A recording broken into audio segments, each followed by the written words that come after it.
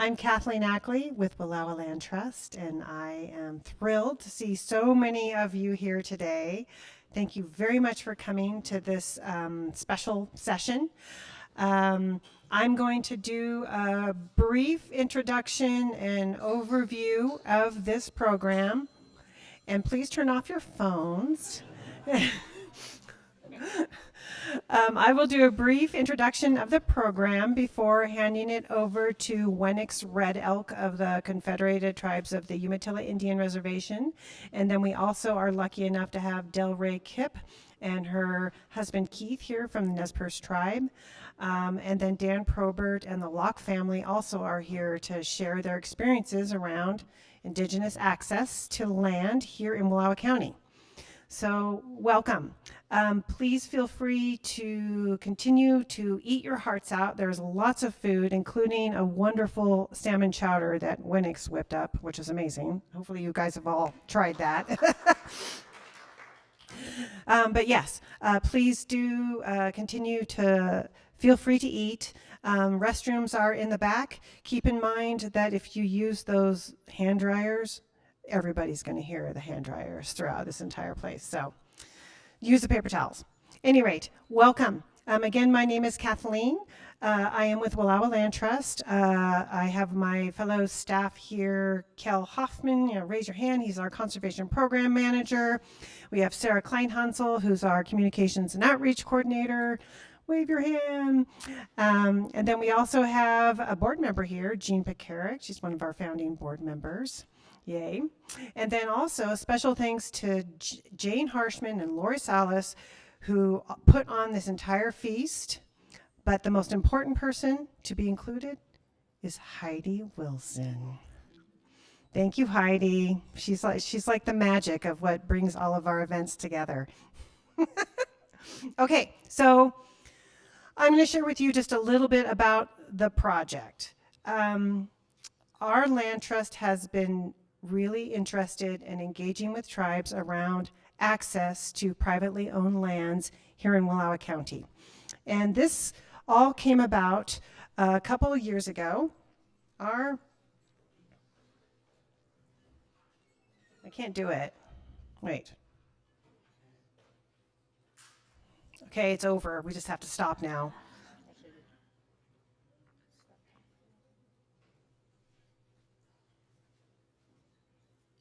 Oh, okay, that's good.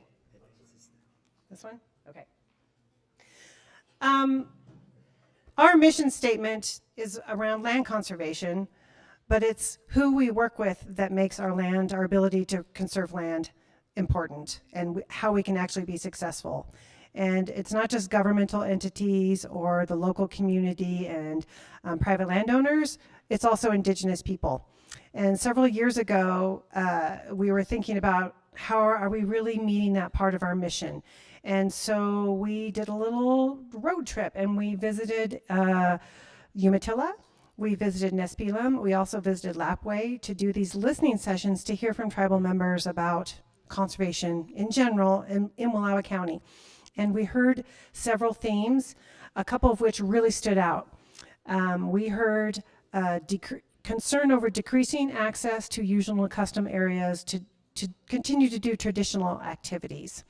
And that was something that really stuck in our head, because it's like, well, what role could our land trust play in helping address that issue?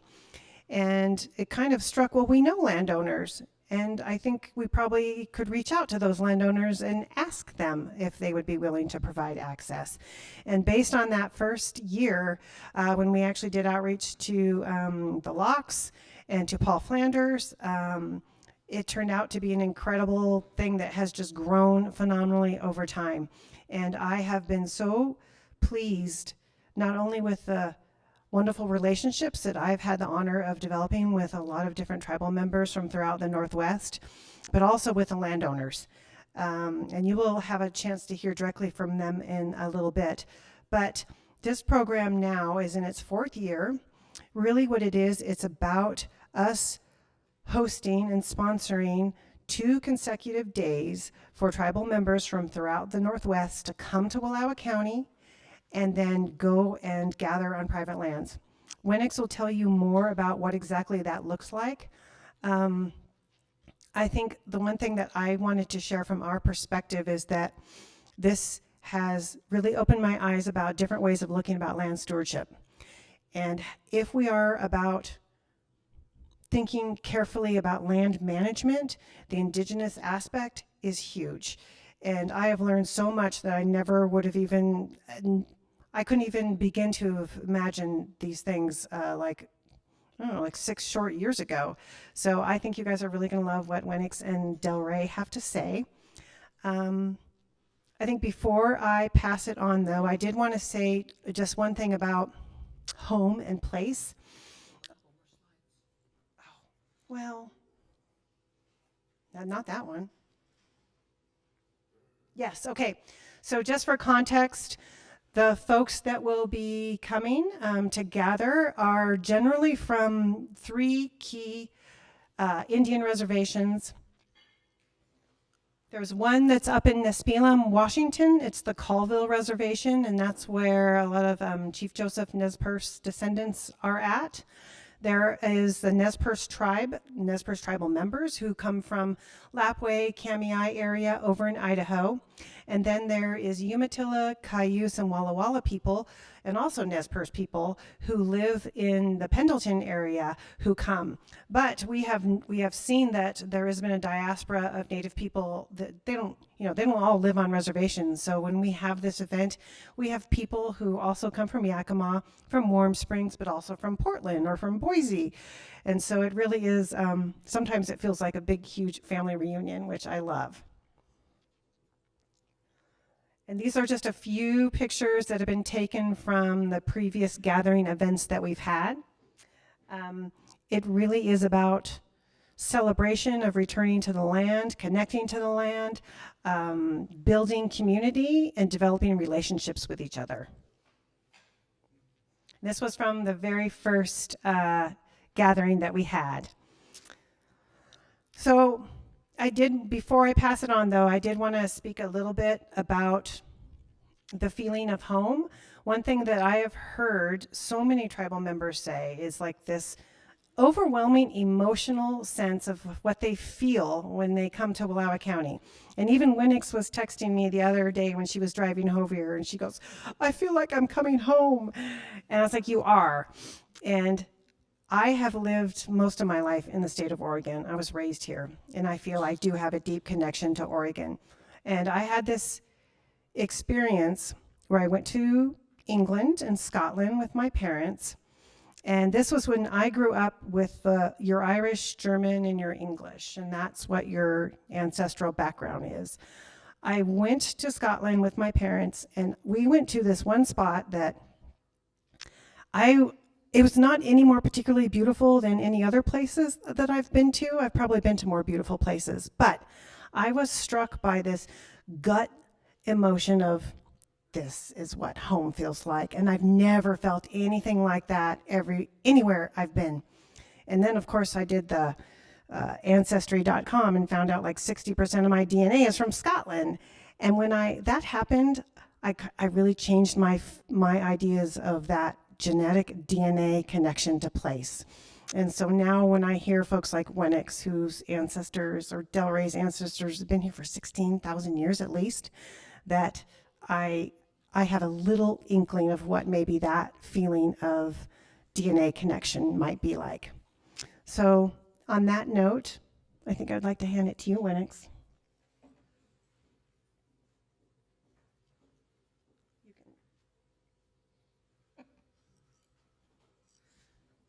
I built our presentation for us for another conference, so all the girls were sending me slides and pictures, and I knocked that sucker out in like a day and a half in the morning before our presentation.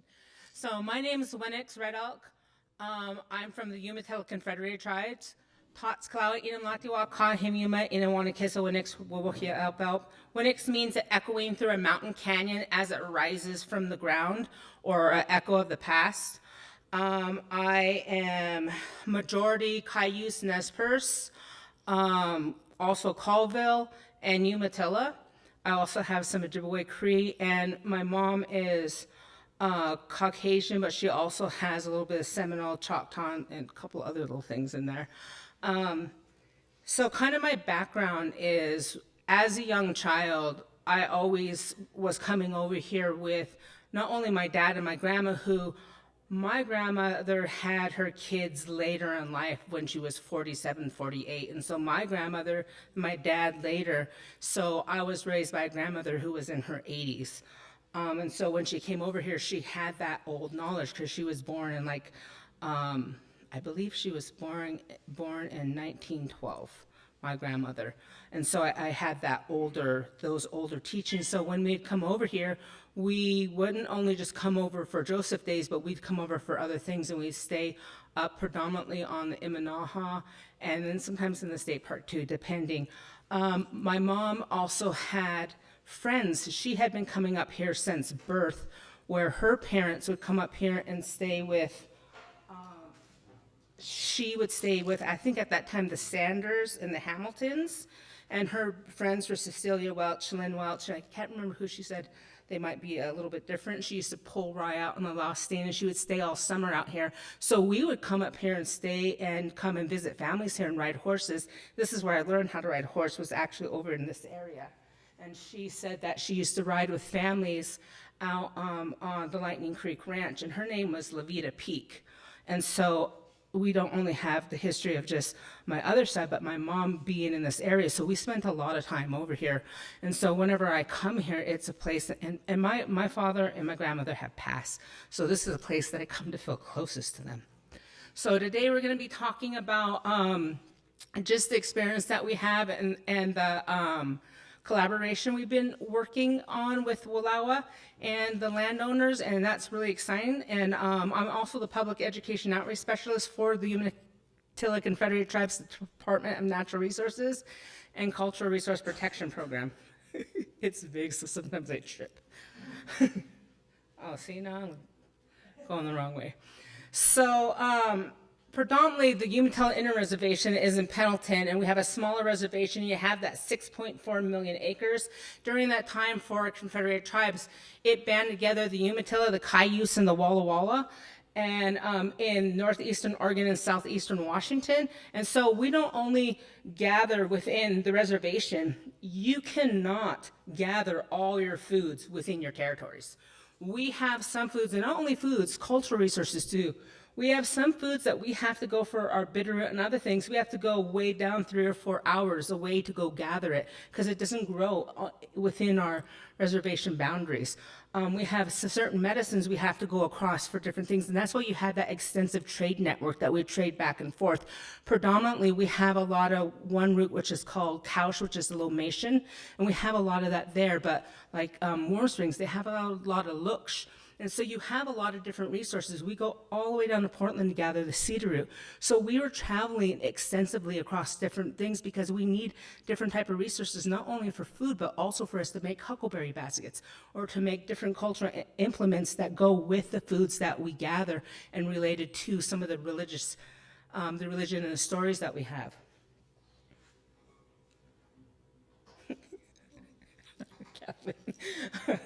And so, this is an example of kind of the trade patterns. And so this is that 6.4 million acres. So this is a density map. And so this just shows some of the lands that we're accessing. And we were actually going all the way over to the coast and beyond. When they first made this, they put it out to our tribal elders, and they're like, oh, you need to expand that. We were traveling further. We were going all the way down to Salt Lake, following that salt trail, because salt was a really major part too. You know, it was something, the mineral that you needed, and so they did a lot of travel before that and up into these other areas. And so within there, we'd have to go across.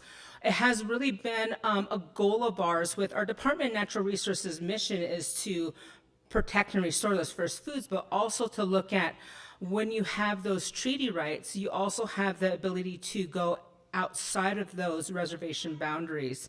And what's called the usual and custom areas, and to be able to practice those cultural teachings, because when you're not practicing those teachings and interacting with that land, you lose language, you lose stories, and you lose connection. And we have had a lot of people that they'll say, I only know 3 roots, and I don't know the rest, or I only know so many. It's because they they stopped traveling, they stopped having access because certain places have foods that we don't have in other locations.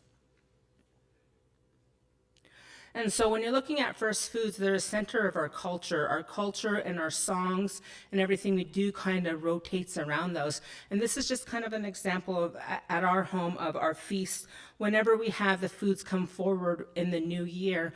And later on, I'll tell a creation story because we're gonna do a taste. And I thought it was important as landowners, when we're going out to a site, what we do is we do what's called recon, is we go out with the landowners and we see what is actually on your site. Is there anything that's particular to us that we might find a food? Or sometimes we find a food, we're like, what the heck is that? That looks like ours, but it's different. And we realize that it's a different subspecies we've never seen before. It's because we haven't had access to that place in a long time, and it switched, the genome switches. And so it's just particular to that one location. Is it endangered? What is the information related to it? You know, what's everything related to that area and that food? It's very specific. Or do we have stories that talk about that, or oral histories that talk about those locations?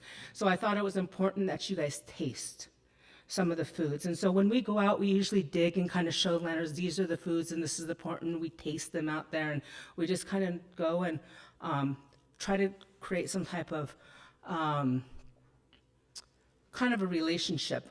It was some of the landowners, we do specific contracts specifically to their land that we design together, where, you know, every landowner is different. Sometimes they want to open up, they're like, well, before people come, we need to be contacted, we need this much time.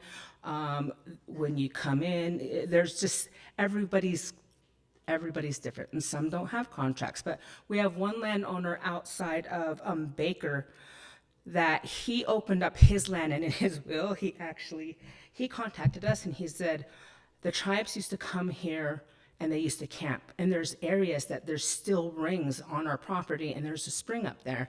And my grandparents said that they always would come and they camp, and they had let them continue to do that. He said, what I want to do is when I turn the land over to my kids, he wrote it in their will that we had the continuous to use. But in that, we contact them, we want to bring a group out, and we'll bring them with us, and then we have everybody sign contracts, like go in, pick up after yourself, stay on the roads, and specifically to whatever the landowner wants. And everybody's different. And so we do things specific, and, you know, just some people they want a little more information. They want to, you know, but they also want to know what's on their land, you know, what resources are important to us and what's not, because they might be plowing a field. They're like, oh, I didn't know there was a whole bunch of native foods out there that might be important to the natural animals and deer and things that are coming in too, because they eat those resources, and those are their medicine too.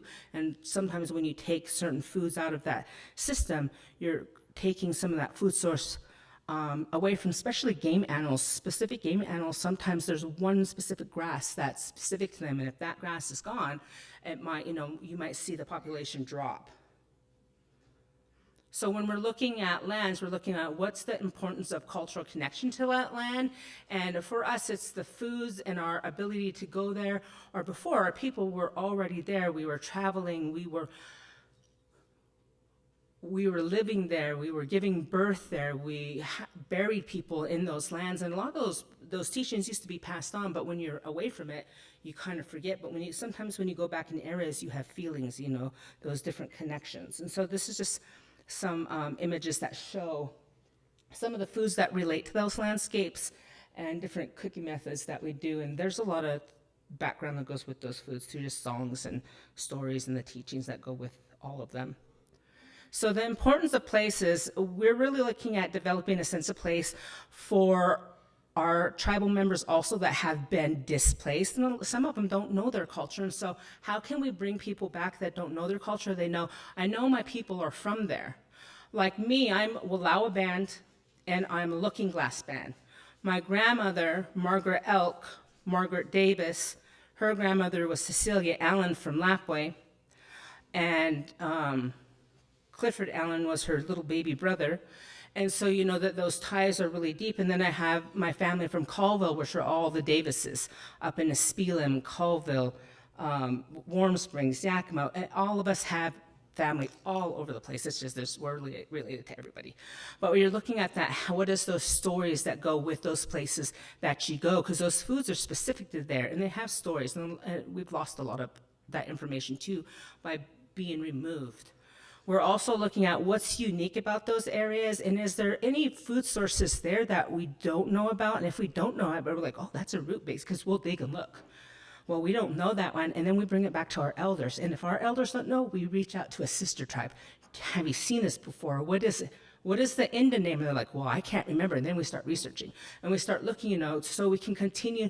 We have lost a lot of information. We have lost a lot of knowledge related to some of our food sources. And so what we're doing in our program is we're doing cultural revitalization, not only for our natural resources, but for the foods, because our Department of Natural Resources is working to protect, restore, and enhance all those first foods in the subspecies of those groups and how they relate to the people, and then seeing, do we need to help restore them? What do we need to do to get them back to the landscape?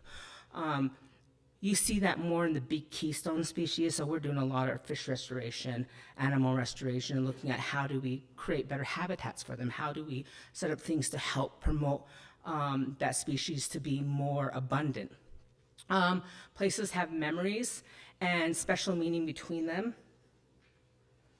The importance of access for us is a lot of Native American reservations, they cannot provide all those first foods and have access to a lot of their medicines within their reservation boundaries, or sometimes even their usual custom lands. Some tribes have a really large land base. Ours is not as large as the other neighboring reservations. And so that we have some lands that overlap too, where we overlap, and we have shared areas where we go to gather those specific things. And sometimes, like say if you're having a ceremony for a naming, there might be like the person who was like, well, I want to have salmon, I want to have elk, I want to have deer, and I want to have roots, but I don't just want couch. That daughter is a blessing to me. I want to have more roots on the table than you've ever seen. And they will show the importance of who that person is by sometimes how much they gather, because that family might be like, this is a chief. So when we have the memorial after he passed away, we want as many foods as we can. We're going to go out and find foods that we haven't even had on the table, and we're going to bring them back so we can teach people these are the foods. And so sometimes you're sitting at a table, and it depends on the family when they're feeding and setting up the meal of what's there. And so when you look over here, this is a specific place because we found foods here that we've never seen.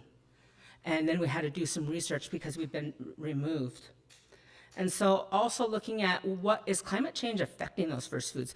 And it sure is. There's a lot of times that the bitterroot isn't out as long as it used to because it snaps real fast. Like right now we're in that situation where we had that cold snap. So didn't make those roots that were coming out. Sometimes they'll go back under. They turn back under. They're like, nope, I'm going to stay gone for the rest of the year. Or it like will, take the flowers down real quick. And so they'll just go back under. So what is that doing, and what is that altering within those species?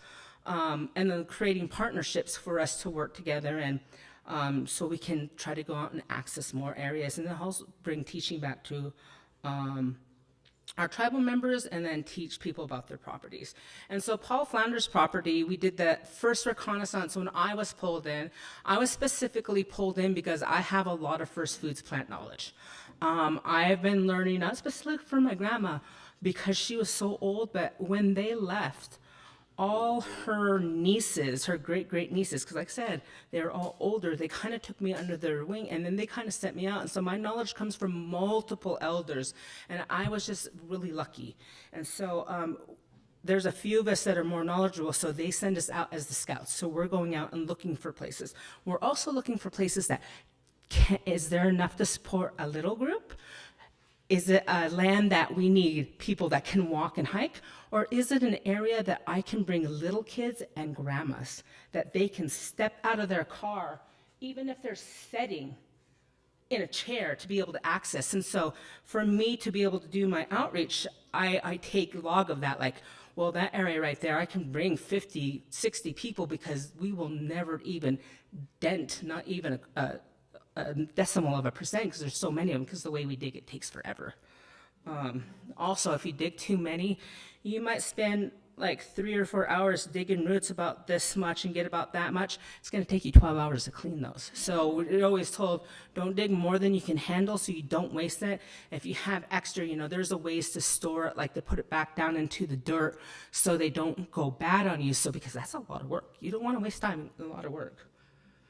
So this is this property, and we were really excited because they have the yellow bell there, and me, this is my favorite because it's like buttery. It has a quorum on it, it comes down, it has all these little seed pods. So when you're digging and you're pulling them up, what happens is as you pull those up, all those little tiny seed pods around, they all bust off, and so they all land back down into the ground. So as you're pulling and moving, you're also, you're turning the ground, you're aerating it so the ground's not so packed. So this is the relationship that people have with these resources. As some of these foods, a lot of Native American foods that we have found within our First Foods root base is when people aren't as active and they're not being messed with them a lot, they kind of go in dormancy where their production goes down.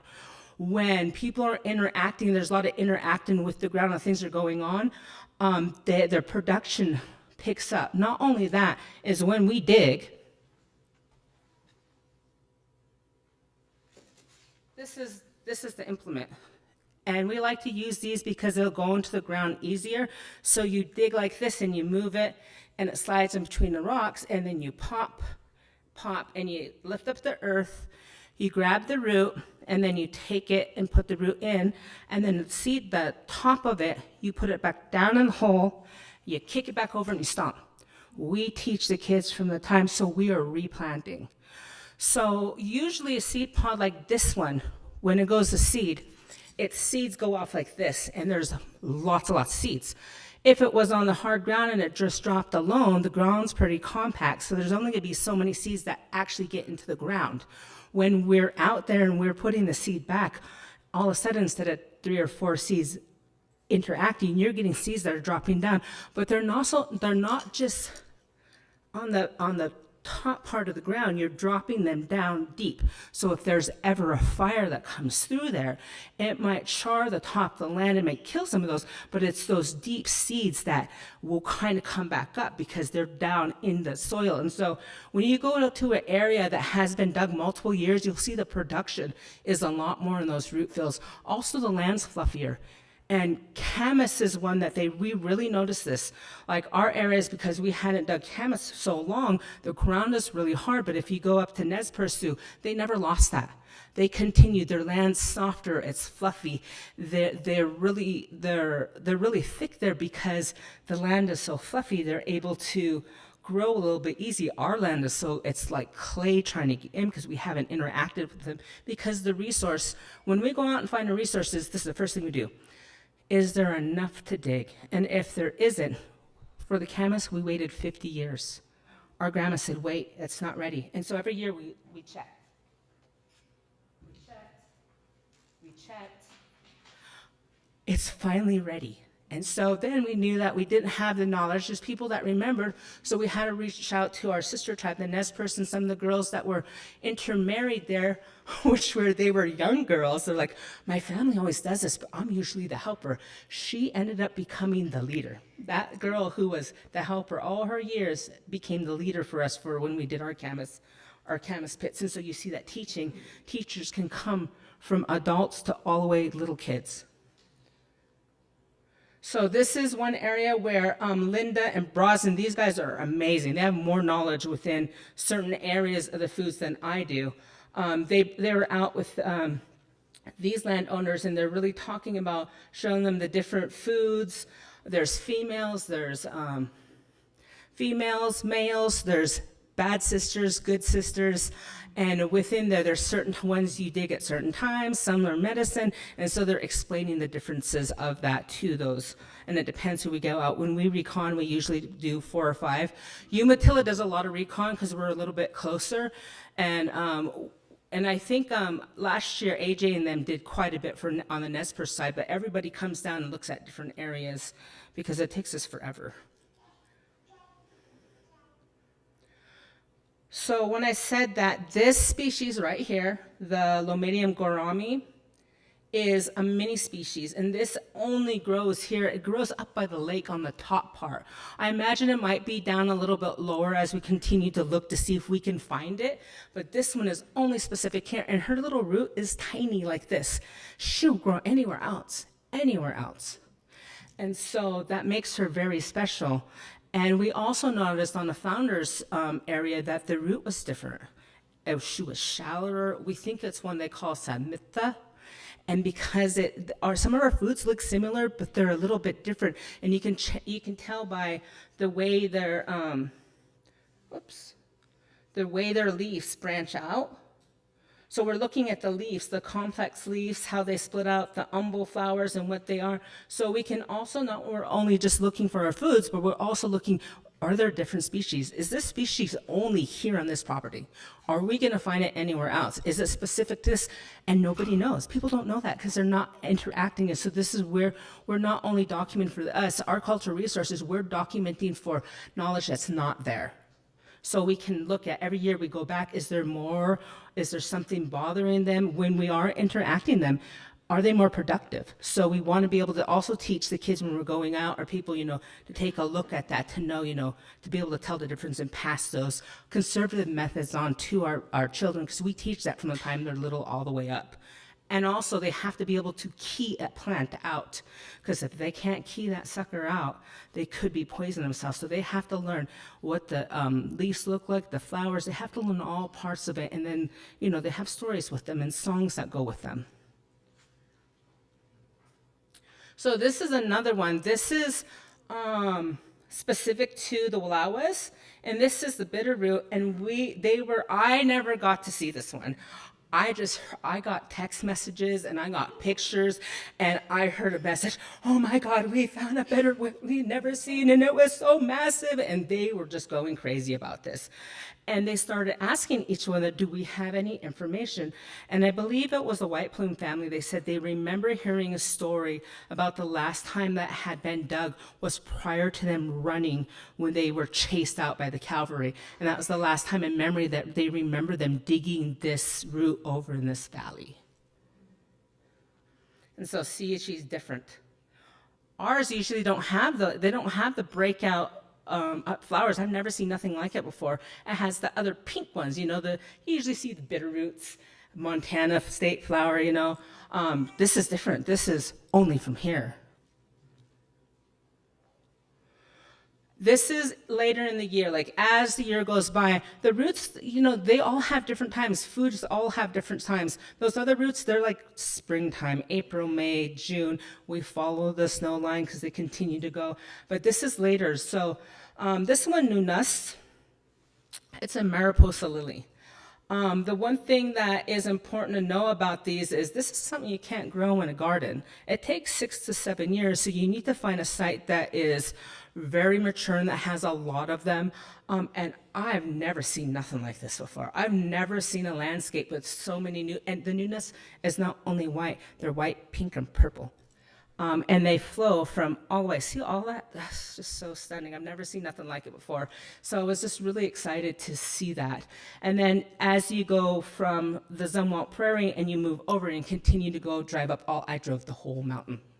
Because when I was driving and scouting, I was just like, next year I'm bringing youth here. I'm bringing little kids all the way up to the youth, to the elders, because that's the programs that I do. I bring expeditions out to bring whole communities out to dig and to kind of relearn together. And so I was really excited to see these areas, because there's also currents. We have a hard time finding them in big bunch, and they're all over up on those mountainsides. And these are in areas that are, some of them are actually the Forest Service, so those are lands we can already access, and some of those fields are easiest for the access for the elders. This down here is the moss and wild onions. You guys have lots of them. I came home with all kinds of foods when I was up here. I was like a happy camper. It's really for us is reconnecting to that tribal community. This is the only place that I have ever seen since the treaties, since the reservation, every tribe creates their own policies to regulate their own tribal members. And some policies like salmon, you can't fish on anyone else's reservation. That's really tight. Deer hunting, that's really tight too. But roots, sometimes you can go out and dig with other families. And some reservations policy is like, the women can go with the other family members as long as the family member you're digging for a family. It's the ones that's a little bit looser. But I've never seen a place where we've all gathered together as multiple tribes. And you want to know what happened? Linda was telling me that on this day I missed because I have an event that usually runs the same time. So she was telling me, this is Linda, and she's with the Colville group right here. I believe those are the ones that she was with, the Nisbelan group. She was saying that they were talking about a specific food, and they're saying they lost the story. And she said, I have a story for that. And so she passed the story to them. Just like for us, we gather tules. And when you go out and gather tules, you gather tules to make the tule mats. And those were the mats that we used for our lodges, but they were also used for when you were birthed, you would lay on it. For when you had your naming, you stood on it. For when you put your foods, you put them on and you line them up. When you pass on, you go down in it. The Creator marked the tule at the beginning of time. And I remember my Yakima, she said, I don't have no story related. I go, I know one. Creator marked the tules in the beginning of time for Indian people. And when he marked them, he took out part of the heart and he put it into the tule. When you gather the tule, on the very bottom, when you're first gathering, they have a red look. That is the heart of the people Creator put there to recognize it. Lamprey is the same way. When you look Pacific Ill, Creator marked him. And 7 is a sacred number for us. And that's also why we have our 7 drums. Down the gills, there's 7 drums that represent all that knowledge and all that creation. Creator marked them so we would know that he was here for us and us for him. Down here is also when we were actually digging on this day. This was that Saturday right before the feast, and all the different tribes were getting there late, and we had a lot to go. And so even the men sat down and helped us peel so we could get everything ready for the feast the next day. So this is my namesake. This is a Red Elk. And they were from the Wallowa band people, and Wenix. I'm a third. She did what I did, is she would bring people together, and she was kind of a knowledge keeper too. Like I said, that they say when you take a name, you're taking on their work. And they were from this area, and they stayed and camped in this area.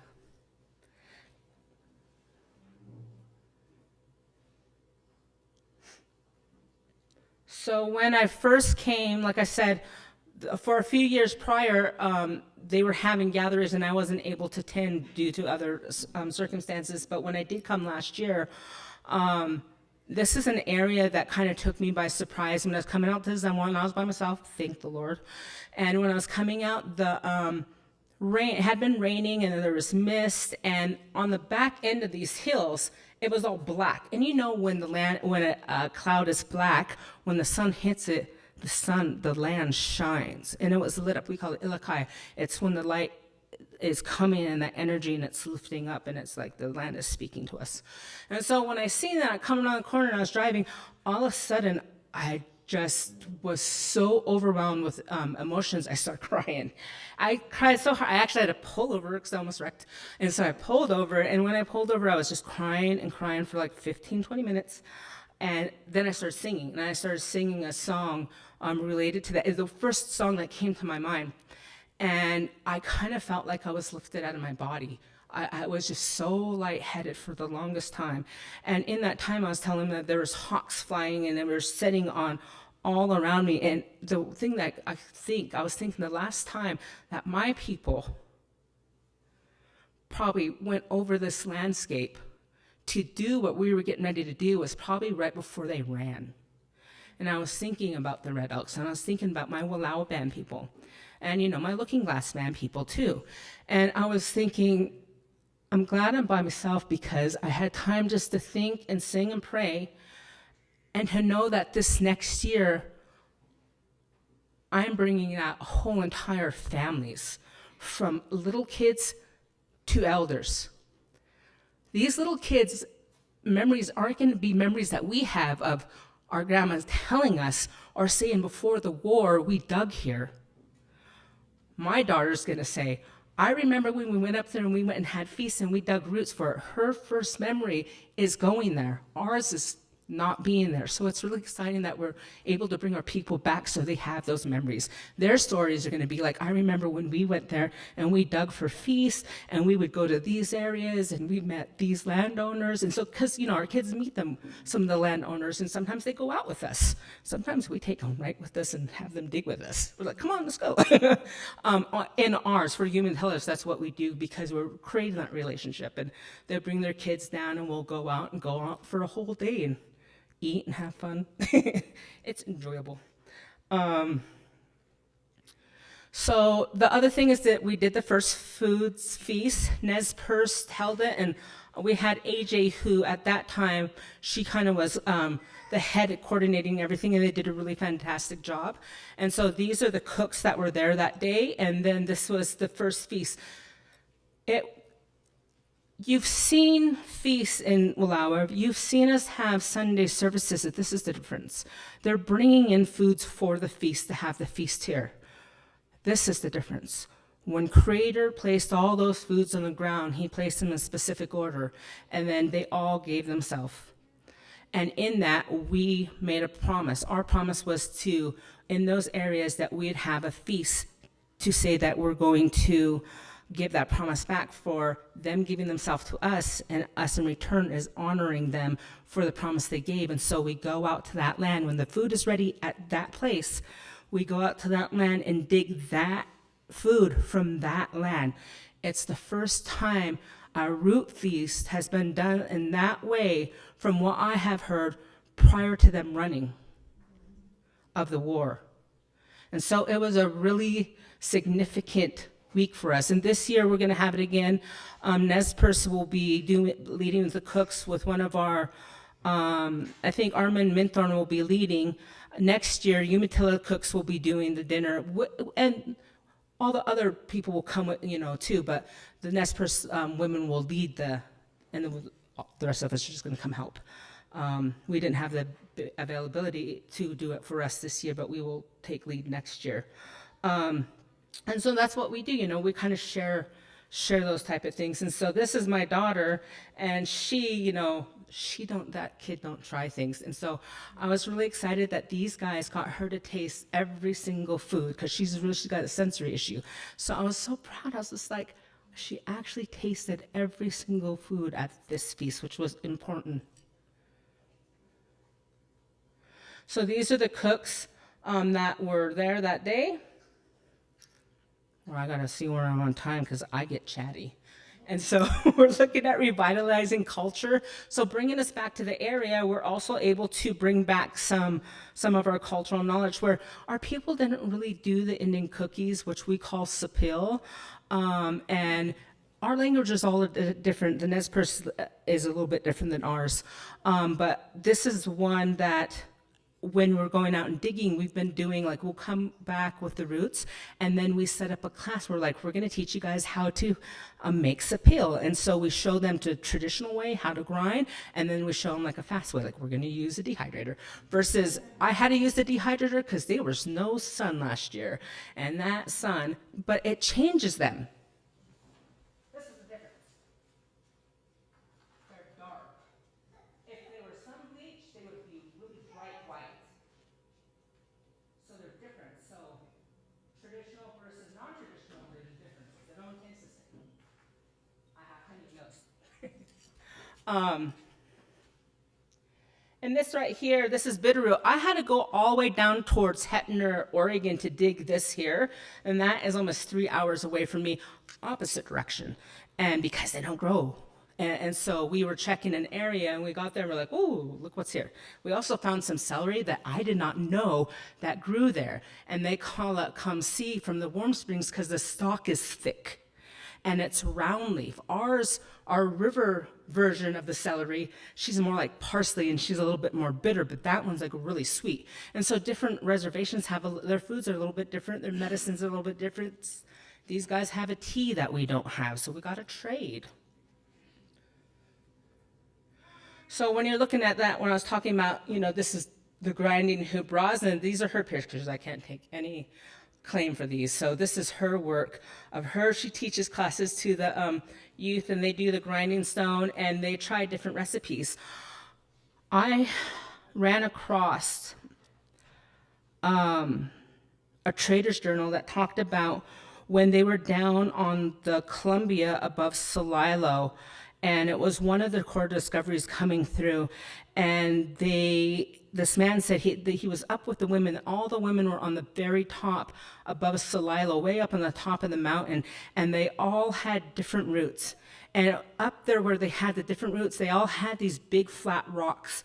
And on these big flat rocks, women were grinding all different types of roots, and they were all lined up with different things. And he said then each person, the little kid from the olders, they would go and take different parts of the roots, and they were all making cookies, but they were all making them different.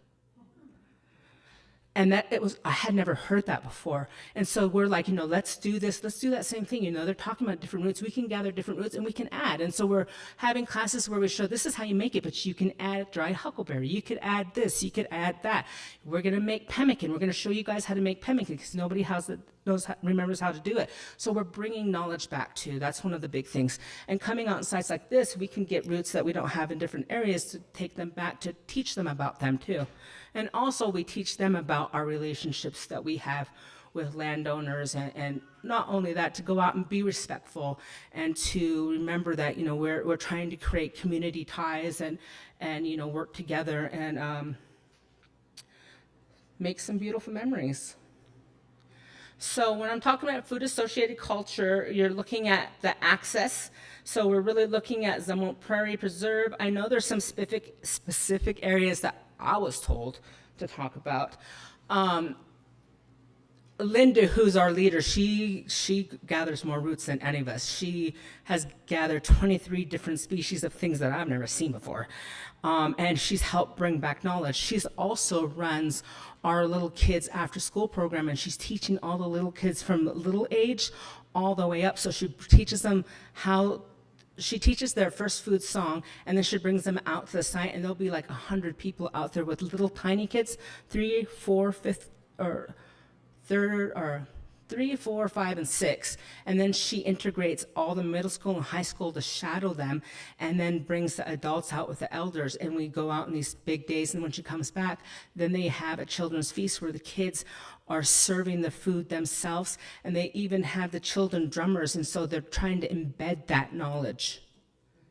So we have to have access and an ability to harvest them so we can teach and pass on knowledge, to prepare, to share with one another, to be able to consume and have those feasts because we made that promise in the beginning of time, and also to celebrate. And this is just one area when we're looking. This is just this area, but we have ties where we used to go to Buffalo all the way up to Montana. So we could have the same thing, but have the Montana area where we were accessing foods all along those areas too. And like our people, we don't have moose, so we need to where can we go to start getting moose? So we're definitely looking at working with other state agencies too, so the tribal men and that they can branch off in that to be able to harvest that, to bring that back to the longhouse. And when they go out to do hunts, they might have so many go out, they might have laws and regulations with them, but they'll bring meat and distribute it to multiple families. But we're specifically looking at, access for roots and foods at this time, I know. So when you're looking at that, it's very specific to water is the first of all living things. And later when I tell that creation story, we'll kind of get into that. The nusach represents all the fish species. We have water rights, fishing rights, hunting rights, gather, grazing rights. The deer represents all the animal species. Chaush represents all the root bearing from all the roots. Wiwinu represents all the shrub bearing from the small shrub all the way to the overstory. So when we're looking at the importance of this, we have these programs that help manage these foods too, and also to look that they're sustainable, safe to eat, protected, and accessible. How can we find some of these foods that we're no longer digging and bring that knowledge back? So we're really, for our tribe, we really look to do cultural preservation, to do education and outreach with not only tribal members and the local public, governmental agencies. We do a lot of work to be able to, create partnerships with states, U.S. Forest Service, just to do more access and to work together. Thank you, and I know that she's coming up next, and like I said, I'll be talking forever.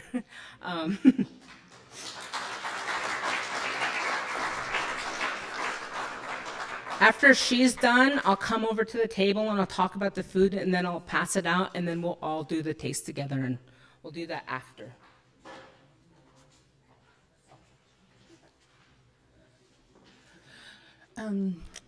Tots Kalawit, I think. I'm not sure of the time here. Ina Monique was Kotsat Mai Ka Del Rey Kip. My mother was the late Patricia High Eagle. My father is Delmer Wilson. My mother was 4/4 Nespers Nimipu. And my father is kind of his father was Irish, Scottish, something. He came over a long time ago. My grandmother, or my Katsa, was Iva Wilson, and my Palakat was Daniel Heigl, and also the late Horace Saxtel. And I wasn't actually prepared to talk, so I'm just kind of trying to think of where I need to go. I might get lost. But I did want to tell you guys a little bit about my family. I guess the rock of our family, I was only 5 years old when she passed away, so she would be my puch. It was Iwi Tatmai. She was Jeanette Reuben Wilson. She was married to Charlie Wilson, and she was born actually on the Grand Ronde River, her and her sisters, and she was the one that basically taught and raised my mother and all of my older siblings. I'm the third youngest of 7 siblings, but then we also have, my mother was the oldest of 2 sets of 6 children each. After my grandmother divorced her dad, she had 6 additional children, and then my grandfather had 6 additional kids on the other side. So my mother had a big family. I was mostly raised in Lewiston, Seminicum, Lapway, and Chewikta. Chewikta was actually called Chewikta a long time ago. Our family is we call it Chewikta. We go by Chewikta Love a lot, and we're in I don't know if any of you have ever been in the Spalding area. We're right along the river. There's a little valley. It's beautiful. It's the same feeling you get here when you go. We don't ever want to leave here. We had a homestead there. My uncle still lives there, and one of my cousins still lives in that area, but our family cemetery is up and overlooks the river. So it's pretty cool, my family background. I did bring my husband, Keith Kipp. He's actually from Kuski, Idaho, which is the other end of the reservation. I found somebody that I wasn't really related to. That's hard to do on our reservation, because like I told you, my mom was the oldest, and she had 6 siblings on either side, and we have a really big family. I also brought my grandsons. My oldest, my first grandson, and there you go, Michael Alec Rubin, and then also my other grandson from my niece, Braden Picard. Wave, Bray Bray. And in my family, and I know all of the other Native families, when your siblings have kids, those are your children. All of my nieces and nephews call us their other moms or second moms, and we take care of each other's children as they grow up, and the same with how my mother and my aunts and uncles, they raised me like their own. So it's pretty cool that we got to learn so much.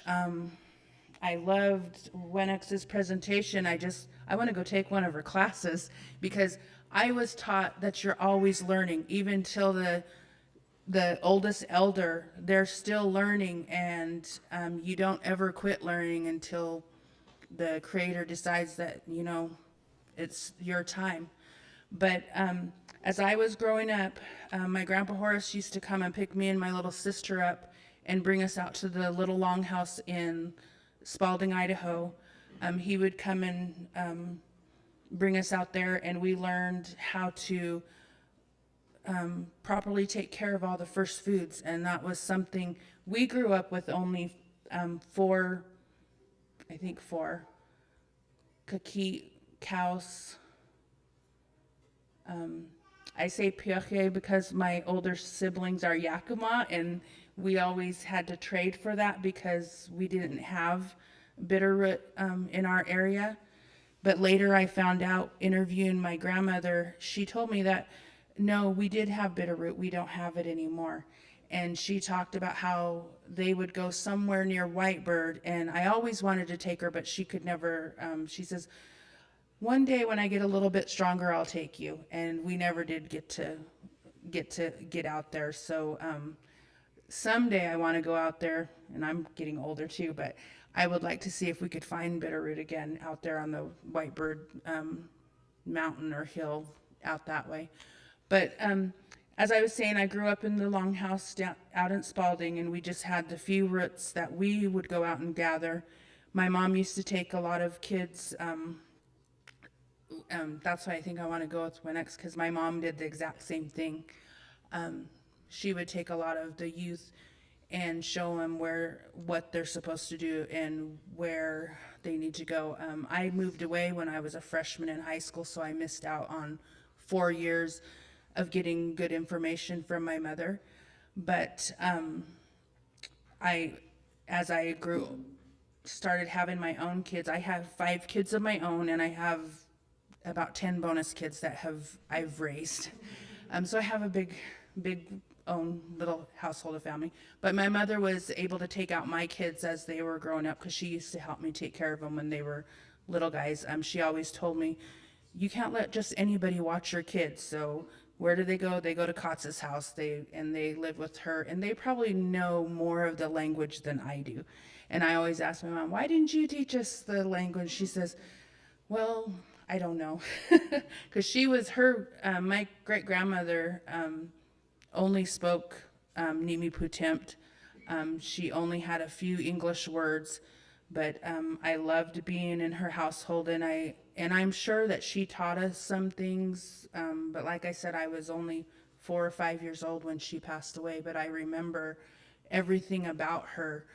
And I listened to my older siblings because they got a little bit more of her. And so she had talked, or actually my grandmother talked through her and told me that she would travel with her kids or with her sisters, and they would travel, like I said, Whitebird. They would go along the Salmon River. They would end up over here in the Wallowas. They would go down to Celilo. And it's just that seasonal round is what they call it, is that you follow the first foods, where you go gathering, fishing, hunting, and gathering all the roots and berries along the way, and you would camp there and stay. She used to take a horse, and it would take them, I want to say, about a week to get to each place that they go to gather. And that was something that I loved hearing about, and then as they got older, my great grandfather raised racehorses. So they actually got to get wagons. So then the story went from, they used to go by horses, and then they transitioned to wagons, and it was a little bit faster. But they would spend weeks at a time in the different places, gathering the different traditional foods. And that's something that I hope all of you as landowners, I think about when Lewis and Clark first came through our reservation. They met the Nimipu. we helped them get down the river, through the river, and get through on their way. We fed them, we helped them, gave them medicines that would help them along the way so that they would survive. And that's something that is really important to me as a Nimipu woman. My great grandmother was a medicine woman. She took care of people. Anybody that came to her, she healed. And that's something, and she did it with the medicines, the different medicines, like the tea that she was talking about. That's something, as soon as one of my kids get sick, or my husband, or any of us get sick, the pot goes on and we make mountain tea. My kids like it so much that they like to drink it a little bit more. They always say, are we going to have mountain tea? And we don't make it all the time because we kind of cherish our tea. So I give them the Lipton tea. But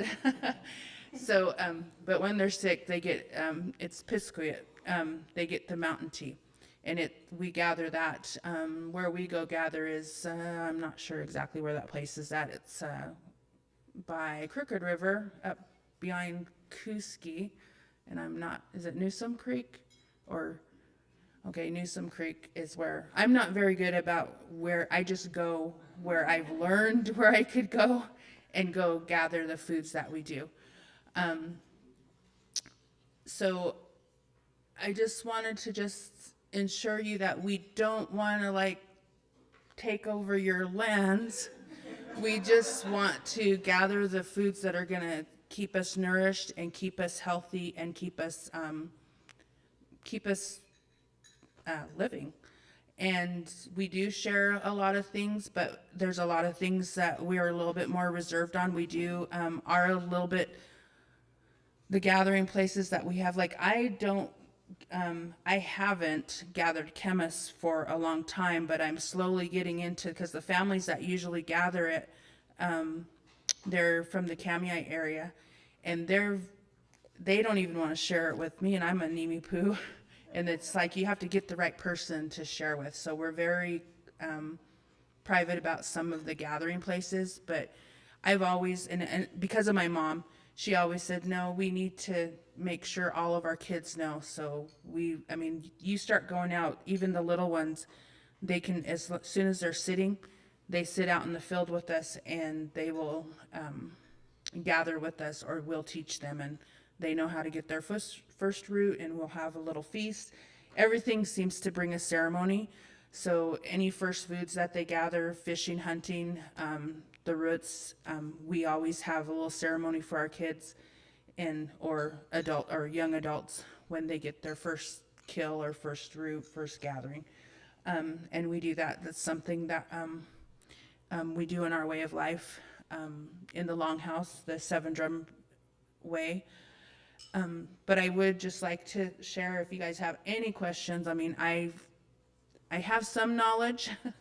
I was raised in the Longhouse. I was raised gathering and taking care of our first foods. That's something that I'm very honored to be a part of, because I know how precious they are to us, and I know that we don't just go dig the roots. It's like a little ceremony that we do, and that's something that we do with anything we gather, hunting, fishing, or whatever. You drink your water, you say your prayers, you sing your songs, and it helps you to find, like she said, find the different roots that we need to find. Like she said, they waited 50 years for camas. We've waited a long time just to be able to come back here to the Wallowas, and I get goosebumps just coming over here. As soon as we start coming over the hill, we start talking about all the different things that we've done in this area, the hunting, the fishing, and the gathering. And then when it's time to go home, it's like, we don't want to leave. We don't want to leave, because it's like the vibe that's here, it makes us feel safe. My husband, when we first got together, we used to travel to southern Idaho, and as soon as I got back on the Nez Perce reservation, there's that big sign, and I would go, oh, like that, and he's like, why do you always do that when it's like you look at that sign? And I said, because I'm home, I feel safe, I don't have to worry about anybody hurting me or wondering what's going to happen. I just feel that security.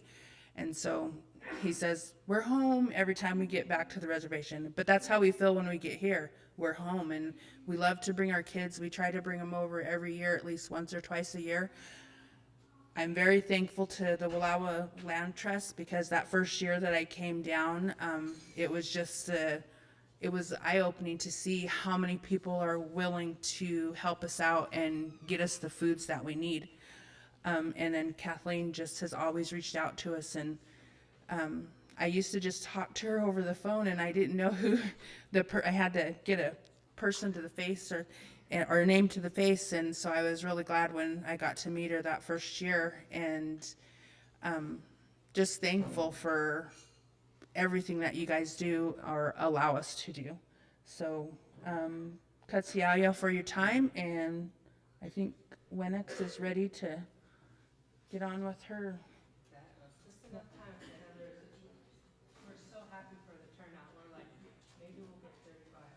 We got more, so that's really exciting. So I think that maybe. So I think what Wenix is going to do, you need to speak into the speaker so that folks can hear.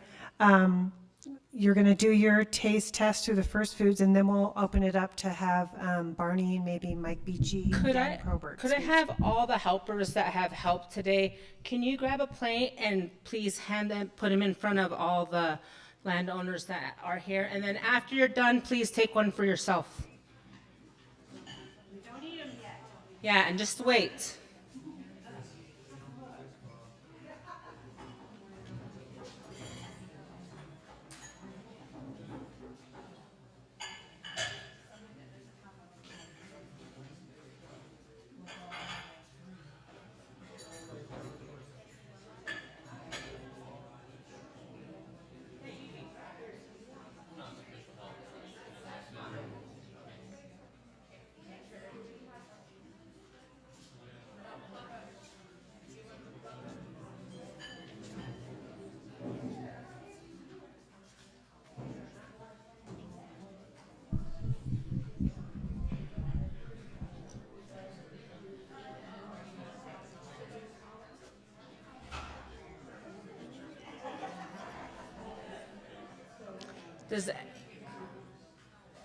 Does everybody have one? Is there anybody that doesn't have a plate? If you don't have a plate, raise your hands.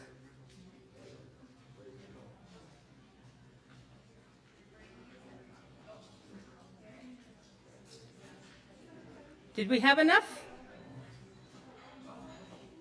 Sarah, did you get one?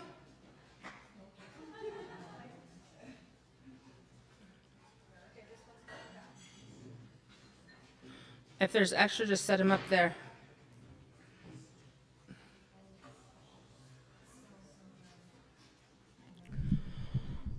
When we talk about our food, we talk about a law which we call the unwritten law.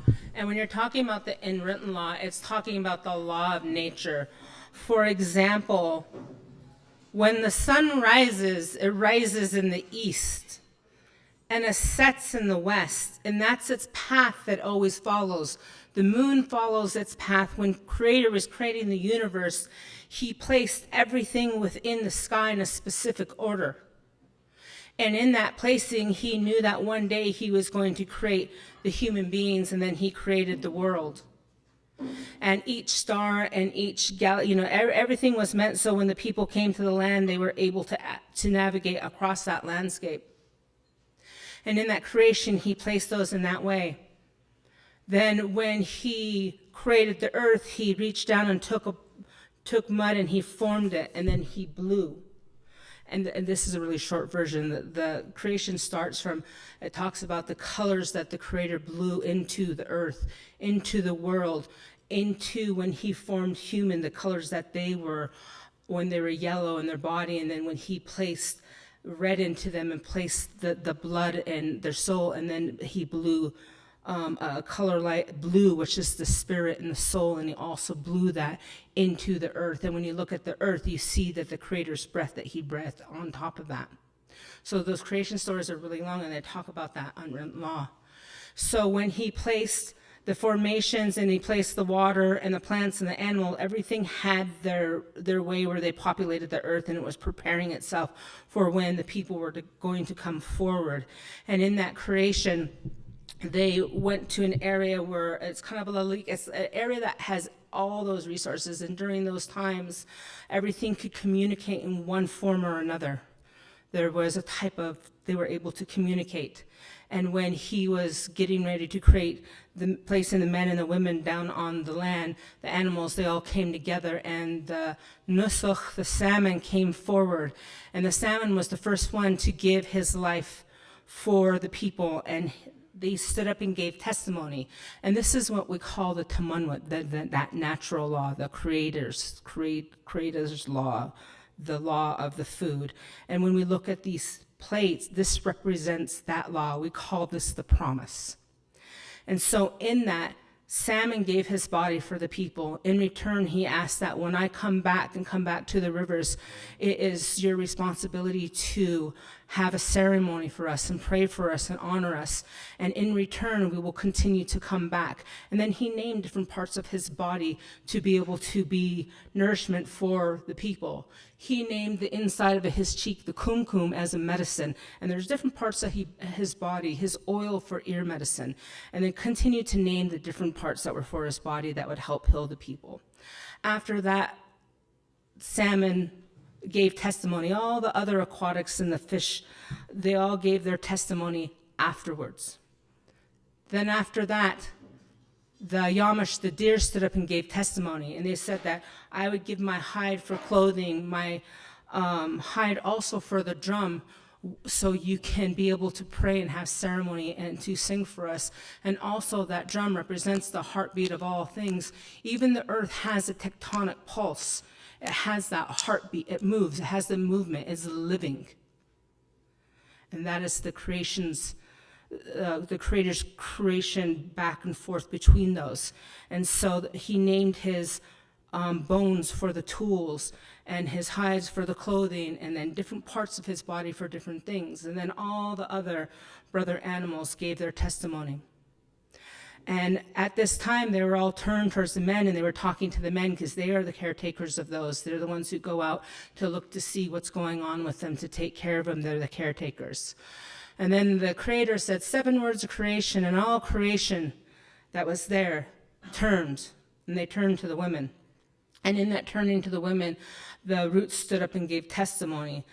Celery is the first one that comes forward, but the bitter root, she came forward and she said, I'll give my body in return that the women take care of me, and they create that promise. And then she named herself as her medicines too, and they continued to name themselves and how they care for one another.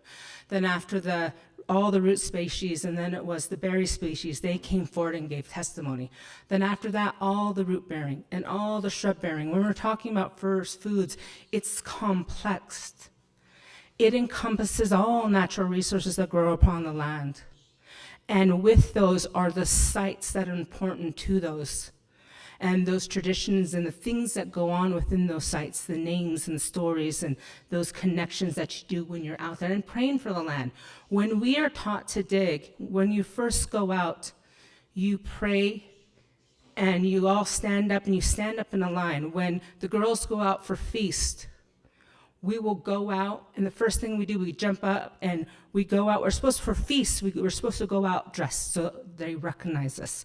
We go out with our root digger hats because they know we're keeping that promise. We're keeping this promise. And so when we go out, that is the promise we made with them in the beginning of time.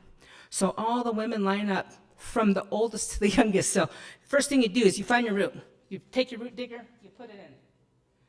From the oldest to the youngest. And then they take that and then they hold their root up. One of the songs that we teach the kids is related to that. And when we do I'll sing like a real short verse of it when we're getting ready to do that. But that's that teaching that you have with singing that food. And then after they sing that, they have to sing a song first when they first go out, because they're saying, I'm here to keep that promise that we made in the beginning of time. And they say that when a digger is going out, that your body's lit up. There's things that you're not supposed to do. You're not supposed to, sleep with your partner. You're supposed to be in good mind. You're praying for the land. Every root you dig, you put a prayer in. Because after the winter solstice comes and the earth turns over, the light comes back to the land. The Ilakai comes back and it lights up. And as soon as it lights up, the food's coming back and it shines that light from Creator that He placed in that. When you take that first bite, and this is why we do the taste, all the work that the women do and all that promise, when you take that, you're taking Creator's light and all that energy and you're putting it back. When we pass away, we go back to the ground and we nourish them. Our tribes have stopped using metal caskets. We only use wood. We buy our own caskets and keep them. And I think all the tribes that I know, we all use wood caskets because when they had us go into the metal, we were breaking that promise and we wanted to conform to the promise we made. So our bodies will turn back and go back and we nourish the land and nourish them. It's that circle. When the story was done, the Creator took the voice and gave it to the people. So it's our turn. The food said that when we are no longer there and you're no longer gathering, we will leave. And as you see, they become more dormant. And I said, that makes sense. They said, if you're no longer digging us, we'll eventually leave the earth. And so you have to help us too. So we are their voice when they're not here or they're endangered because they tie to our language and our culture in those ways. And for us, when we get lost from that, our people get lost. But a lot of the ones that have gotten lost and maybe into drugs or alcohol or different things, the one thing when they do come back, it's usually because they start going to their culture, they start going to their songs, because sometimes they're misplaced, they lose parts of us. So that really helps bring our people back to holistic healing. We're working really hard with our tribal community to provide that and to use first foods and the access to the land to help them get out of some of those things that have happened and those past traumas, other traumas.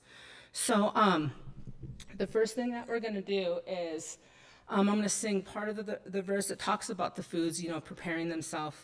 And I got to put this down because I'll ricochet your guys' ears.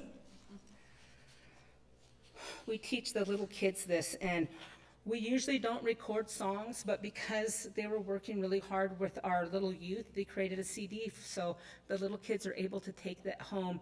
And in the CD, it talks about the foods, and it has different things on the front of it, and they have the songs, and then it interprets the songs, so they get ready to sing those songs when they go out. And then if they don't have anybody to sing songs, we're not losing those songs, because we have lost songs, because when people pass, sometimes they haven't passed those. Ona metta tukatat hanakanesha. Ona metta tukatat hanakanesha. Heya, heya, heya, heya. Ona chushi pasapaki kana. Ona chushi pasapaki kawakishawetna. Heya, heya, heya, heya. Ona chushi pasapaki kana. Ona chushi pasapaki kawakishawetna. Heya, heya, heya, heya. So when we have these foods like this, because we have that promise in front of us, we have to sing part. And usually we don't do a lot of recording for that, but it's important that you as landowners understand that when we're out there, we're praying. We're praying for the land. We're praying for the health of the land. We're praying for these foods. And then when we bring them back, when we take them in, that energy and those things are coming back into us. And not only that, the nutrients that are in that land and those minerals are specific to those. The foods taste different from different places. And so you have those vitamins within there that are very important. So I asked her, our language is a little bit different. And so we're going to work together where I will do what we call the call. And usually we have water, like afterwards we do water last. So eventually when you guys get up, get a drink of water at the end. We do water. Do you guys do it first? And so, and some people, they do the water first, but when we're sitting down at the, like for us, the longhouse, they're like, they do the call and then they do the water and then they end the table with the water too. And every reservation and every Native community has some type of creation story related to their foods. And they're not all the same. They might be a little bit different because the species are ready differently in different land areas. We all have different teachings and different language. Ours is pretty similar, and some of the teachings are real. So even the stories are similar from reservation to reservation. We're what's called a plateau type, and so we kind of follow that Washit religion. But Washit's a newer religion. The older is the Wastaliki. It's an old religion. Medicine dance. Sweat house, and so there's other religions on top of that, but what you see predominantly in our area is the Washut, and so this is kind of part of that, but this promise is older than that religion. But those songs that we sing, they say that when people have passed, they have brought them back. So we're going to do the call. So the first one we're going to have is the nusuk. It's the orange ones. You're going to start at the top of the plate up here, and we're going to come around. So nusuk is the orange one. You see the salmon. So you're going to take that, and even if you're just taking a little tiny piece, because I know some people have different, whatever you follow. So nusuk. And nimi putem natok. This is the Yamish, the deer. Wowokia nimnuk.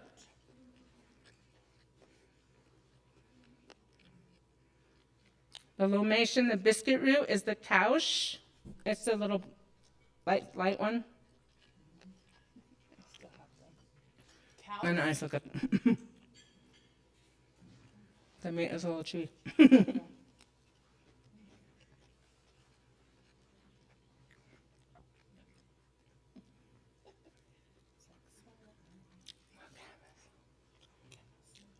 Wakamu. I had to think, like, we call it, so when it's camas, when we cook it in the ground, it becomes wakamu for the camas. And it's just chemis for us. The next one is the moss. This is the tree lichen. It's cooked under the ground, and it takes 24 hours to cook it. It's a superfood. It's 600 times the iron of it. So this is kunched. Hopo. That's the black one. Yeah.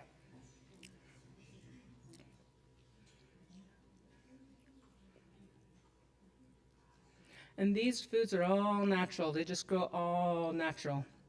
And then the next one is the timish, the choke cherry. It's got a pit in it, so. And Tim's for nimi putem. And if our Nispilum, if they were here, they would have a little bit language. Even because the Umatilla, Cayuse, and Wallowa, their language is a little bit different. We've actually lost full languages. We have no longer Cayuse or Walla Walla speakers.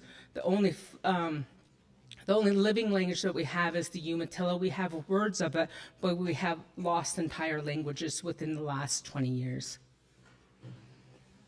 So thank you so much for coming and listening to us. Now is a time to kind of interact, to ask questions, and I'll be over here with my table if you want to come take a look, and I can tell you what I have on my table. Oh, okay. Oh, there's some other presentations going on too, but after that.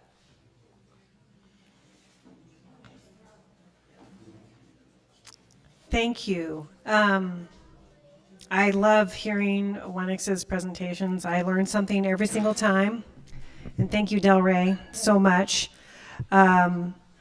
This program is unique. It's a unique model that we are attempting. And we're hoping that in this session, if you are interested in becoming involved, There actually is handouts. There's an FAQ on your table. There's also a little sign-up form.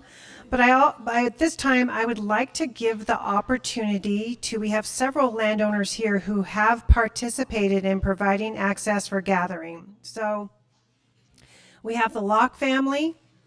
We have Dan Probert of Lightning Creek, and Mike Beachy also is here representing the Nature Conservancy, and all three of those landowners have been a part of this gathering program. So if you don't mind, Barney, can I invite you up to speak a little bit about your experience?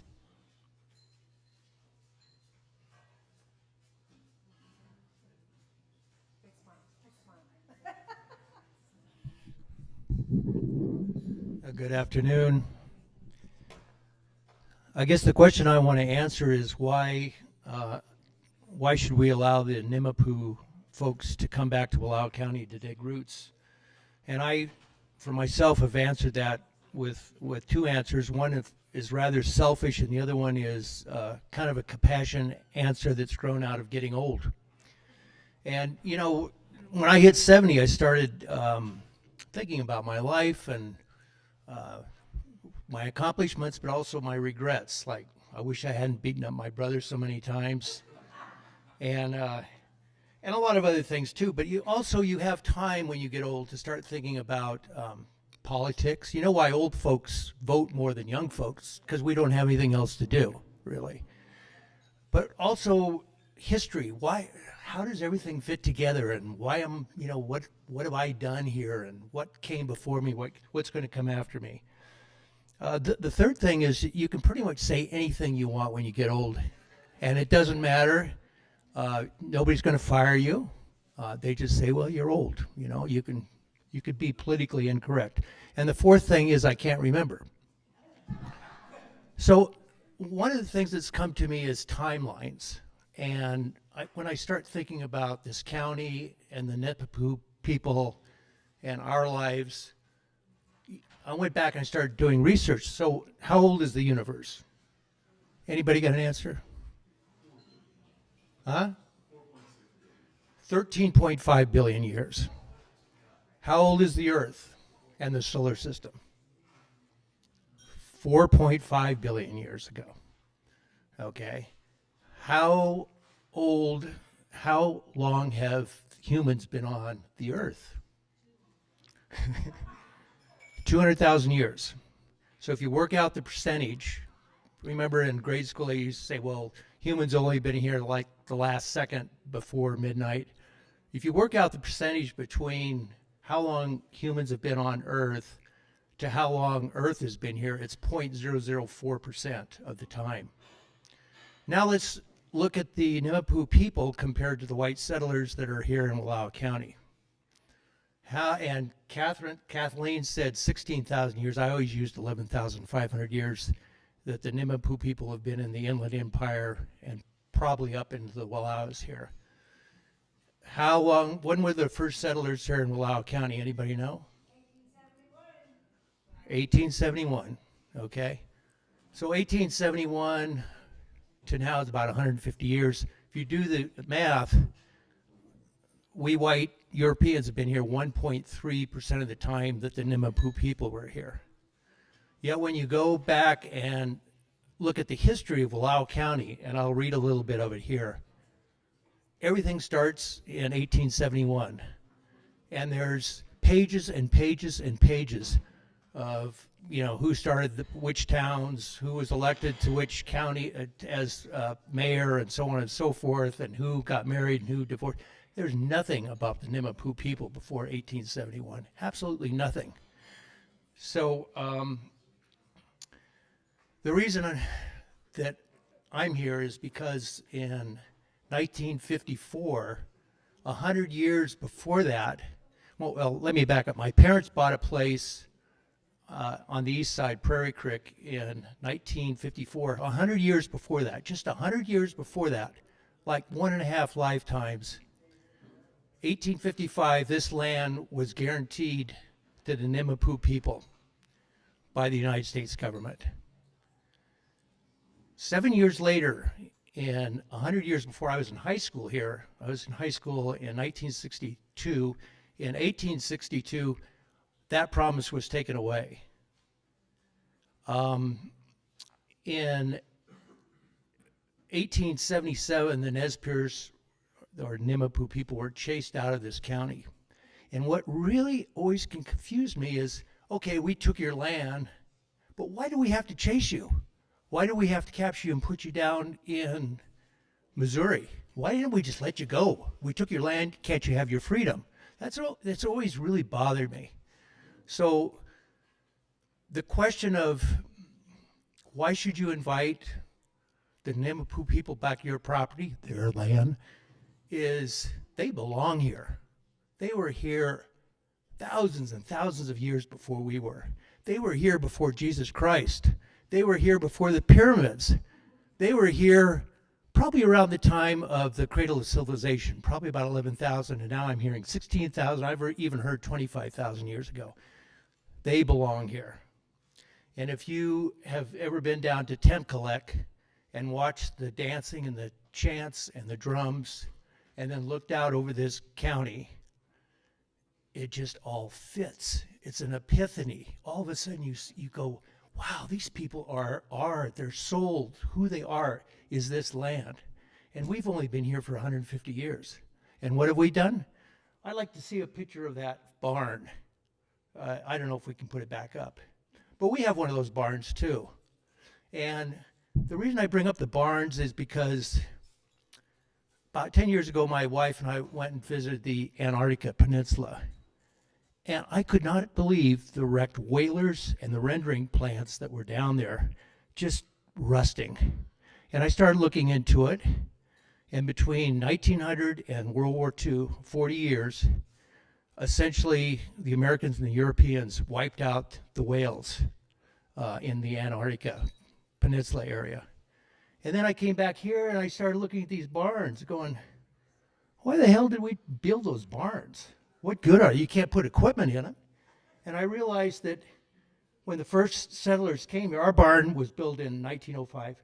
They were built for draft horses, okay? And they took a lot of lumber. You know, you cut down a lot of trees to build one of those barns. And so for maybe 50 years, these barns were of some use before we started getting mechanized tractors and all that. And now these barns are just falling down all over the valley. Some of them have been kept up. They're used mostly for storage. Our barn still has harnesses in it from the draft horse days. So just like the whaling, in 50 years, we build these monsters. They're beautiful, but for what? Compared to the 11,000 years that the people of this county of this country were here. And then I look at the dam that was put in 1916 that cut off the sockeye migration up and down the river. When you read the history, they say you could walk on the water, you could walk on the salmon. And we took the salmon out and we used it for fertilizer and to feed pigs. And now just 100 years, 120 years later, you know, there's still no migration of sockeye or reds up and down the Wallowa River into Wallowa Lake. You know, here again, another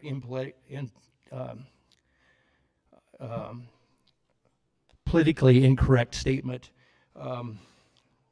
Alvin Josephi wrote a book in 1997. It was called The Nez Perce Indian and the Opening of the Northwest.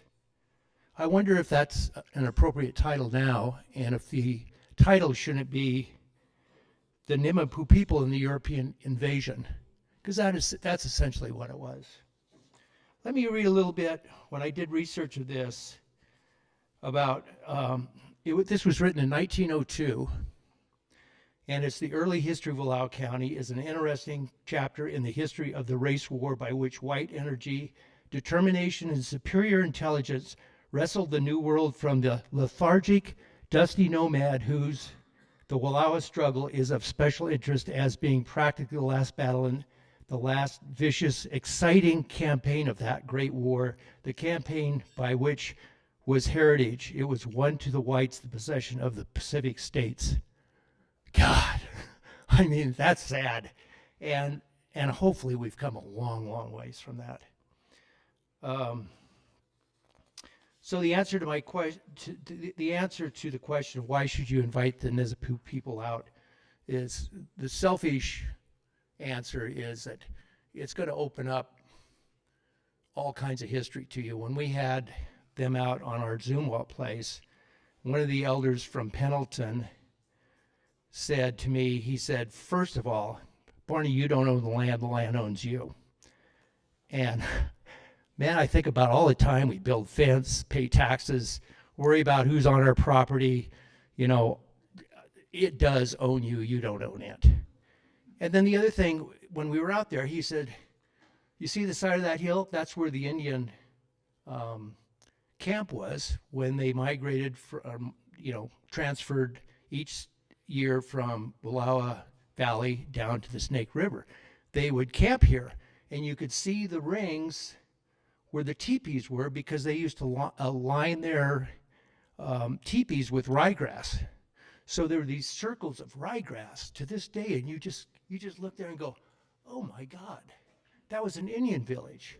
You know, it really opens up this whole history, this 11,000-year history that I knew nothing about. I know about the first settlers and the Indian War and the dam and all that, but how about those thousands of years before that? How was it here? What was it like? How were these people living on this land?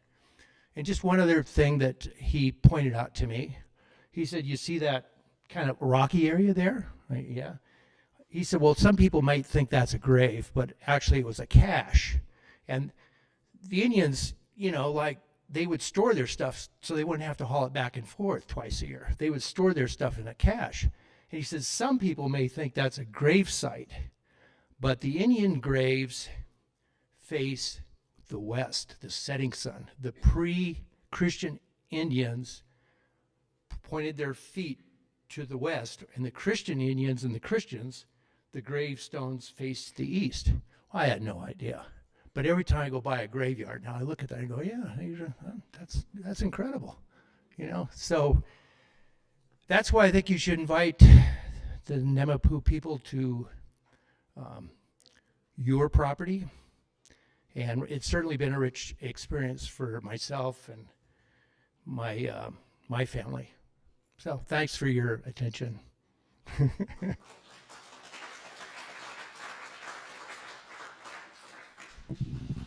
Thank you, Barney. Also with Barney is his brother Stephen and his niece Amber, who have had a great time going out and visiting with the gatherers. Dan, where did Dan Probert go? There he is. Dan, I would love to invite you up. Before I hand over the microphone, I will say that 16,000 year number came from the recent discovery. I think it's at a confluence with this down at the Snake, where they were discovering artifacts, and it was the oldest village that they have discovered in the North America, maybe, or at least within the United States. Correct, Wenix? So I think it's 16,000. So keeps getting older every time they discover more stuff. Okay. Dan Probert, is my delight to introduce him. He is the owner of Lightning Creek Ranch, which I believe, Del Rey, you mentioned, or Wenix mentioned her ancestors or family actually riding out. Yeah. So please, thank you. I'm probably okay. So thank you, and I'm not gonna. You're gonna learn quickly. I'm not a good speaker, and I'm not gonna keep you here very long, but.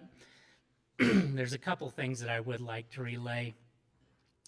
So we hosted the group, had a little gathering in the barn there. It was a cold, rainy day, and I'll admit I was a little bit nervous on how it was going to go, how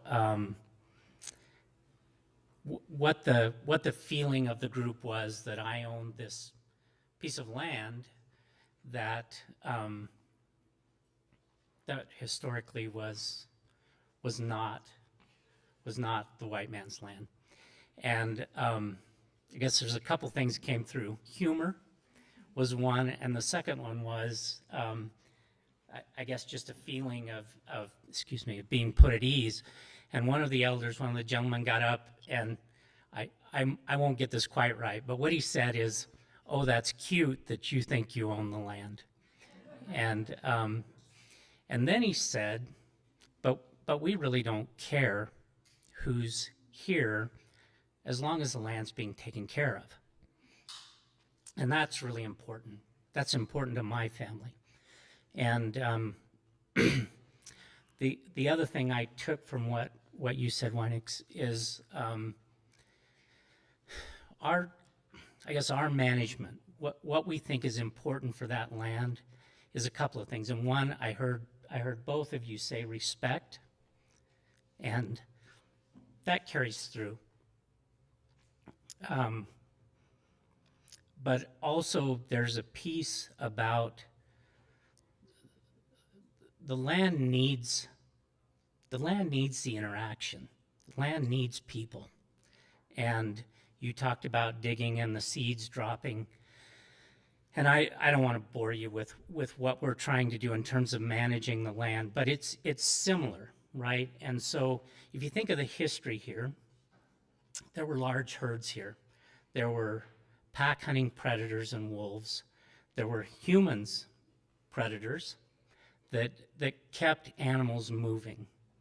And today, we have churches and places to gather and 5-acre parcels, and those large herds are not able to do what they did historically. So that's what we try to do when we manage. We manage our livestock in a way that they graze and they move on, and they're not back there for at least a year. And so as Wenix talked about the interaction of the roots with the digging and the seeds, the livestock in our management, we're trying to do the same thing. We're trying to the grass plant has an interaction with an herbivore, right? That's what we're trying to replicate. So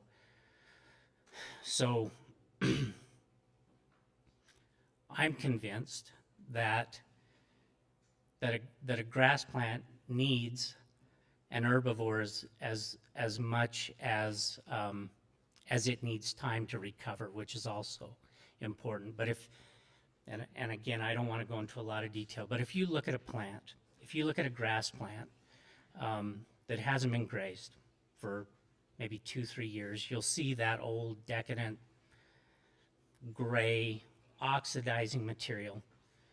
That either should be put through a ruminant stomach, or it should be placed on the ground as litter to cover soil, or it can be left in sufficient quantities for ground nesting birds and that sort of thing. That's a really quick and dirty way of the way we try and manage those lands. But I guess I'd end with this, and I'd go back to that piece about respect and why we want to host people on the land.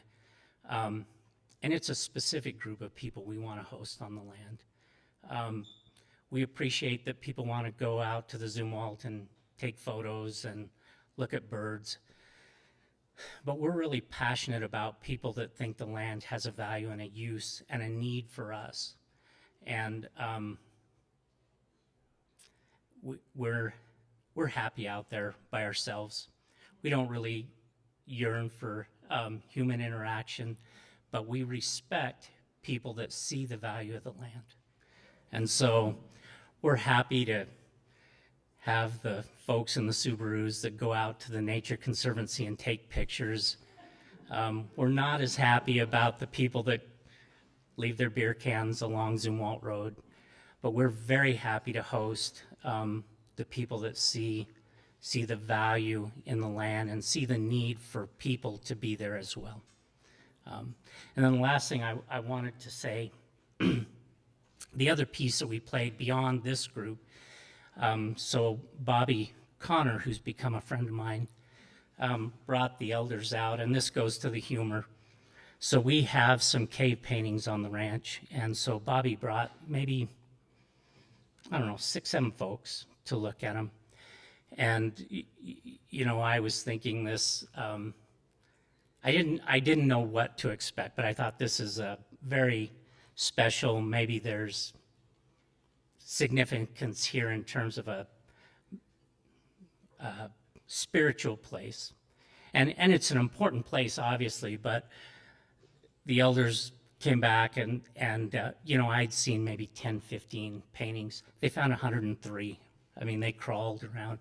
But I guess what was funny to me was, you know, I thought I was going to hear how magical, and they said, yeah, 500 years, maybe 1,000 years, maybe 10,000 years. We don't know.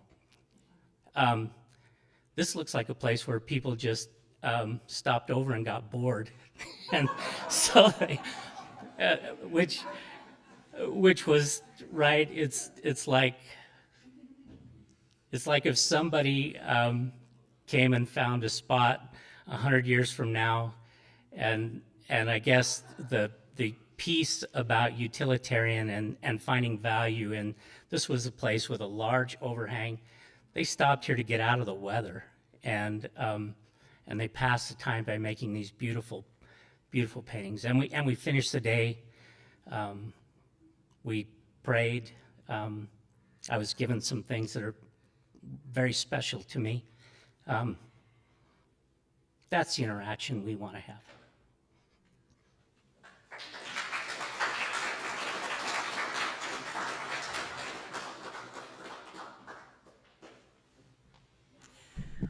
Well, our 2 hours is up, but I will point out that we will still be here. We'll linger around. There's more food to be had. Feel free to come and talk to Del Rey, to Keith, to Dan, to the Locks, also Mike Beachy. I'm sorry, Mike, I didn't, we kept, yeah, right. But thank you. If you are interested and you want to be involved, please fill out the form on your table. The next step is we will follow up with you, and generally we will come out, probably visit your property with someone like Wenix, a small forward group of gatherers, just to visit with you on your property and to learn more. The first step, though, really is what you're doing here today, is just learning and being open to perhaps creating relationships with some gatherers that you might not have thought of before, and maybe unexpected wonderful things will bloom from that. So thank you very much, everybody, for coming, and please feel free to stay longer, but we will close the formal portion of the program. So thank you.